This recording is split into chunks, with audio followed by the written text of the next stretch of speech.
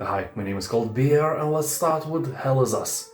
This is an action-adventure game set in a country devastated by civil war, where besides humans trying to kill each other, there are also mysterious supernatural creatures wandering around like they own the place. Which, honestly, they probably do. You play as a guy returning to his homeland to investigate his past and search for his missing parents, because apparently therapy was not available there. The interesting thing is that the game refuses to hold your hand or other appendages of yours. Here you won't find giant quest markers. You actually have to explore, pay attention to conversations and use your brain. Disgusting, I know. Combat is focused on melee weapons, like swords, spears and axes, because guns are mostly useless against those creepy entities. And some of those monsters genuinely look like an abstract art created by a depressed microwave. The atmosphere here is heavy, lonely and mysterious almost all the time, and exploration feels rewarding, because the game constantly throws weird places and unsettling discoveries right at your face. Honestly, it feels like Death Stranding, Dark Souls and Control when drinking together and,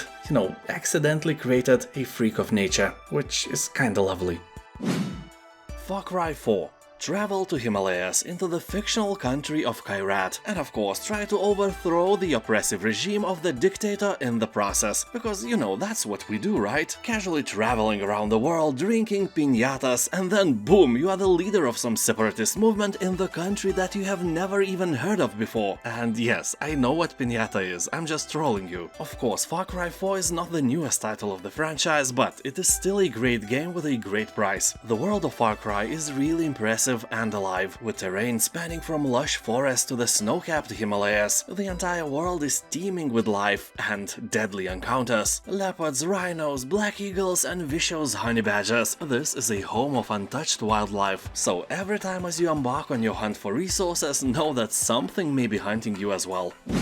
Moonlighter. Here you are a shopkeeper who wants to keep your customers happy by providing them with various goods. You can put items on sale, set their price carefully, manage gold reserves, recruit assistants and upgrade the shop. But be careful though, some shady individuals may want to steal your precious wares. The trickiest part is getting the goods. You have to swim over River Nemunas to Kaliningrad, get contraband and then swim back to European Union to get rich. No, of course I'm kidding. You have to go to ancient passages to different realms and dimensions, fight various enemies and collect items from their dead, cold, maimed bodies. So romantic. Anyway, here the part where you hack, slash and die begins. People on Steam are saying that the game is fun, aesthetically pleasing and relaxing. Yeah, relaxing. So forget about big challenges, it's an easier game in general. But hey, it's nice to have something not Souls-like hardcore from time to time after all.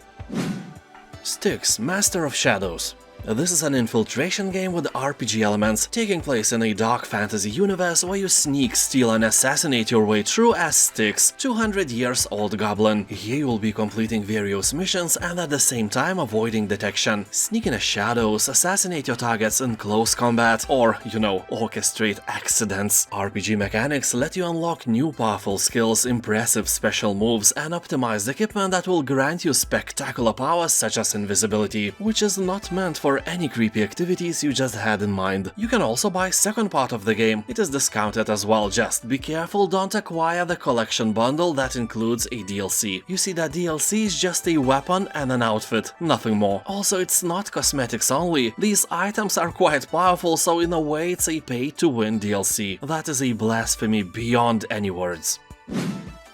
This War of Mine.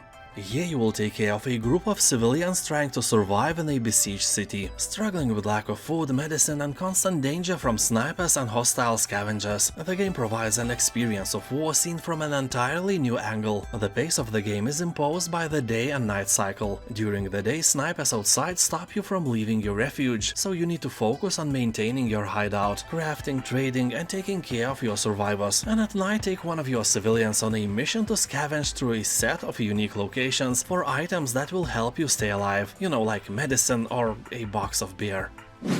Tunguska, the Visitation. This is an isometric survival game that brings you to the dangerous Tunguska exclusion zone, where you'll face deadly traps, infectious mutants, bandits, and well-armed rogue military. Game is inspired by the same story as a Stalker, the roadside picnic written by the Strugatsky brothers. Keep in mind that they wrote the story before any serious nuclear accident ever happened, so it's not actually tied to Chernobyl or any other nuclear disaster, just a post-apocalyptic, gritty and dark Soviet Union filled with unexplainable horrors. Although you can literally describe a casual Soviet Union without any post-apocalypse with the same words. People in the comments are saying that if you like Stalker or Atom RPG games, it's a no-brainer. Also, it has very positive reviews on Steam. Just keep in mind that despite walls of text, looting and side quests, it is an actual twin-stick shooter, and at first may be difficult to control. Although from my own experience, when you get used to it, everything will be fine.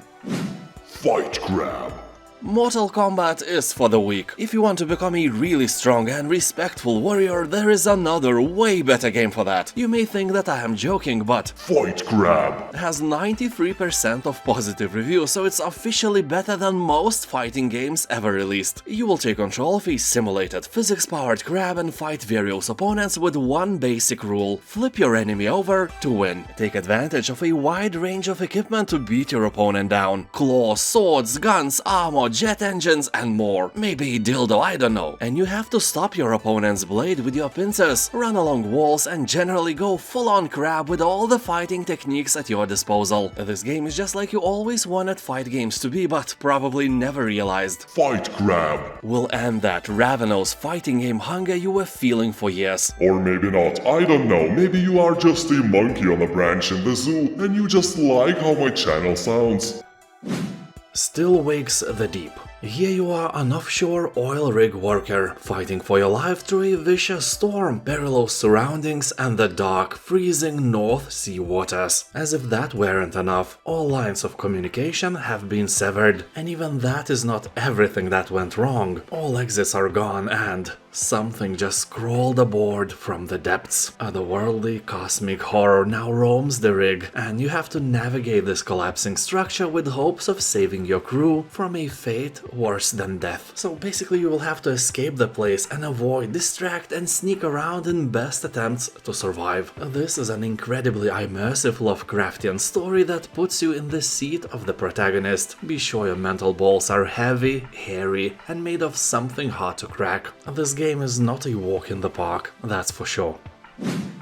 Lost in Play. This is a journey across childhood imagination, with thoughtfully created puzzles and interesting characters. You play as a brother and sister duo on an adventure to find your way back home. Between reality and fantasy, you will explore the enchanted forest of a horned beast, start a rebellion in a goblin village, and do many things that are considered doubtful in our part of the galaxy. The game is filled with interesting, never-before-seen puzzles. For example, you will challenge a pirate seagull to a game of clicking crabs, serve magical tea and collect pieces to build a flying machine. Why do you need a flying machine? Well, I would never spoil that for you. If you watch the animated series named Over the Garden Wall, this game has very similar vibes. If you never watched Over the Garden Wall, you should. Like, it's a must-watch animated feature. You will thank me later. And the game, yeah, overwhelmingly positive review score shines really brightly and lures you in like an angler's lamp.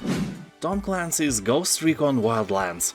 In the near future, Bolivia has fallen into the hands of Santa Blanca, a merciless drug cartel who spreads injustice and violence, kidnaps people and kills those who stand in their way. Well, that is kinda obvious if you ask me. Imagine a drug cartel who spreads joy and freedom, enforces the superiority of the law and pays taxes. I really doubt that this is how drug cartels work. Although I think so, I have never created one, yet. So here you will discover the diverse landscapes, both on and off-road, in the air, on land and at sea, with over 60 different vehicles. And your goal is kinda obvious, you have to dismantle the Santa Blanca cartel. You must do that by fighting fire with fire. You know, they kill people and you kill their people. They spread violence, you spread even more violence among them. They sell drugs, you sell even more drugs. Oh wait, maybe not the latter. Anyway, show them who's the real boss in Bolivia is. Probably not you though.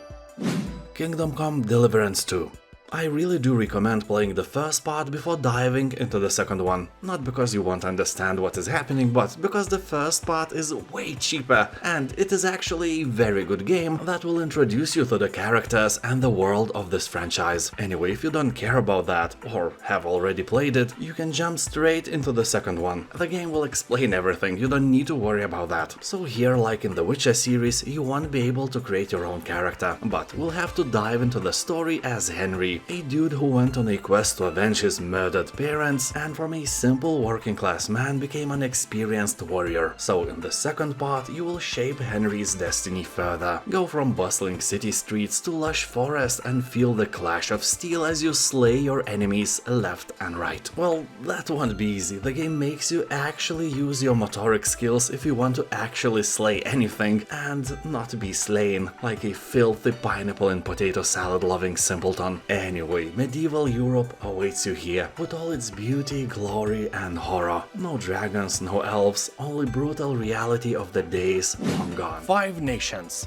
If StarCraft was mockingly called a Warcraft in space, then 5 Nations should be called a Warcraft in space, because it is following the same gameplay formula as Blizzard games, but everything is happening, you know, in space. But don't worry, this is not some grand strategy game or something like a homeworld where the distances are huge and everything is happening super slow. No, in 5 Nations the background is space, but all the action is the same as an old good base builder RTSs. The game gets little attention because it's an indie game and they have no money to make a huge advertising campaigns. I found it just because I was especially looking for games like StarCraft, and it still took me an hour to get to this game. 5 Nations managed to stay true to old school gameplay, voiceovers and even writing style, and that is great. Karma: The Dark World. This is a first-person cinematic psychological thriller set in a dystopian world where the Leviathan Corporation is watching over you all the time. The plot is set in 1984, so you might have a clue what inspired this whole thing. Here you will explore an alternate timeline set in East Germany. The corporation rules with an iron fist, controlling its citizens by mass surveillance, social class rules, mind-altering drugs, and the promise that the gates to utopia will open to those who serve. And you are an agent working for the company. Using advanced technology, you will have to dive into the minds of the accused. You will investigate crime scenes, interview suspects, and report your findings back to the omnipresent brother from above. So, you are a bad guy, in some sense. You obviously don't know that. You will learn how to keep your sanity and wits safe, while uncovering a dark story of love, loss, and deception, when nothing is as it seems and every turn brings another twist to unravel. Looks like a very interesting piece.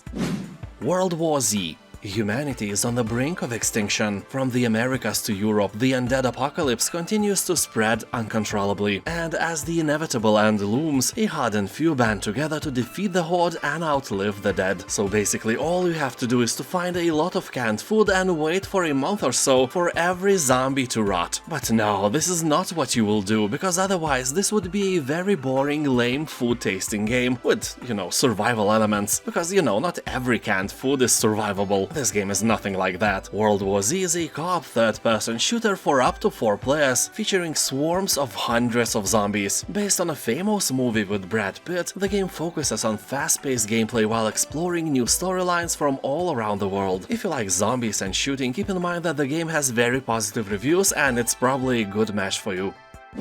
Tales of Iron 2: Whiskers of Winter.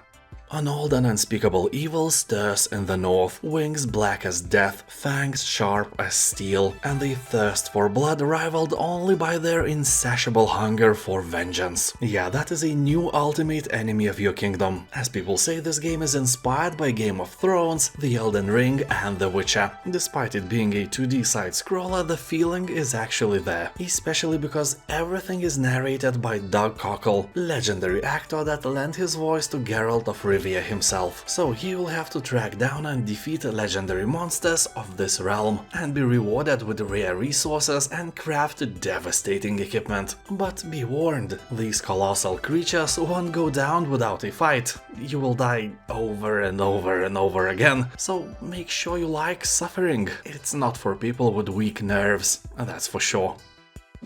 Bulwark: Falconeer Chronicles. Here you'll create your own fortified settlements within the haunting and eye-catching landscapes. The core gameplay is focused on wildly building across the rocky cliffs and crags of the world. Light resource management and story elements bring your creation to life, while giving a voice to its inhabitants and allowing you to expand it with exotic new build options. Also, it's not just a simple city builder. The threat is real and the battles will be glorious here. Don't ask why, just look, you will be fighting dragons with airships. How cool is that? The game itself is a spin-off of the Falconeer, a beautiful air combat game created by a solo developer, and this city builder is definitely worthy of your attention. Noire. This is a violent crime thriller that blends action with true detective work. You will search for clues, chase down suspects and interrogate witnesses as you struggle to find the truth in a city where everyone has something to hide. And when you try to unearth the sinister secrets, there is a huge chance that someone will try to silence you for good. During Hollywood's golden age, you play as LAPD detective thrown headfirst into a city drowning in its own success. Corruption is rampant, the drug trade is exploding and murder rates are at an all-time high. So in your fight to climb the ranks and do what's right, you must unravel the truth behind a string of arson attacks, racketeering conspiracies and brutal murders. People on Steam are saying that civilian casualties are just a part of the job, and the game itself is like a noir GTA 5. Killing Floor 2. You will descend into continental Europe, where the outbreak caused by a failed experiment has quickly spread and gained unstoppable momentum, essentially paralyzing the European Union. Well, that sucks, I live here. The monster clones are everywhere and civilization is in disarray. Communications have failed, governments have collapsed, and military forces have been systematically eradicated. The people of Europe know survival and self-preservation too well, and lucky survivors have gone into hiding. Well, all except you and your friends. You kill the monster scum and make Europe great again. You'll find a bunch of playable characters in online co-op mode, or solo mode if you are willing to brave the horrific mutants alone. Also, the game has cool versus survival game mode, a 12-player PvP match where two teams take turns playing humans versus monsters. The game has around 90% of positive reviews, so it's probably the shooter you were looking for.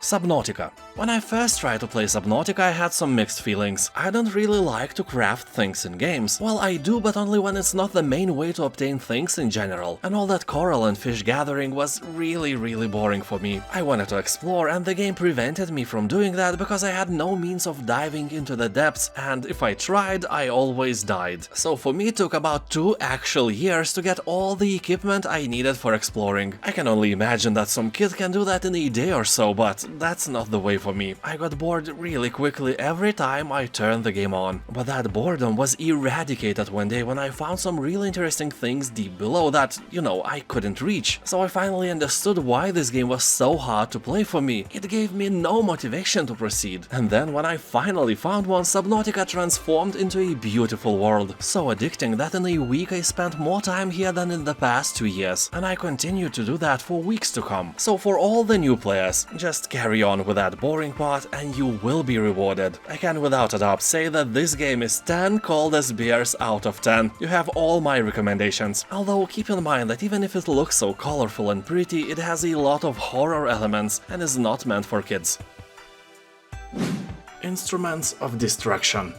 Do you have an urge to destroy, to ruin cities and flatten the terrain in the moment of rage? Nobody is stopping you. You can go and destroy anything you want. Or you can go and play this game instead. Or after. When you destroy everything, this game will offer you more. So here you will become a vehicle test pilot and journey across the world to remote outposts where everything needs to be, destroyed. For that noble goal, you will be using purpose-built wrecking machines such as flying bulldozers, tanks wielding quad rocket launchers, and ornithopters with grappling hooks. This game is not only about destruction, it is about building as well. You will learn how to design your own machines for the ultimate demolition experience. Simply use the editor to construct devastating vehicles armed with chainsaws, lasers, claws, wrecking balls, magnets, vortex generators, and much more. Beyond vehicles, here you can design your own custom maps and structures, and share it all with the world via Steam Workshop. The game has a very positive review score and can soothe your urge to destroy.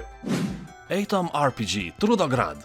or as I call it, Soviet Fallout Union. Because it is basically a Fallout game, just here instead of a wanderer you will be called Comrade a lot. You will be thrown into alternative history. In 1986 the Soviet Union and the Western Bloc were destroyed in mutual nuclear bombings, and you are one of the survivors of the nuclear holocaust. Your mission is to explore the wild and wondrous world of the Soviet wasteland. Because, you know, you can get wasted here in so many meanings. For example, once I just ran into a minefield and died. I just ignored some danger mine signs and went to communist paradise with angry people standing in long lines to buy some doctor's sausage made from cardboard, perestroika everywhere, and Belomor Canal cigarettes. Or maybe to communist hell full of capitalist money, sex and supermarkets. Anyway, here you will stream for the better communists tomorrow, and along with that you will have to investigate stuff, various stuff, a lot of stuff. Trudograd is the second part of Atom RPG, but it's completely standalone piece. You don't need to know anything from the first part. And to be honest, I like Trudograd way more than the first part, so I'm recommending it instead. Also keep in mind that this is not a Russian game. You can buy it and you won't be supporting Putin in any way. That is great.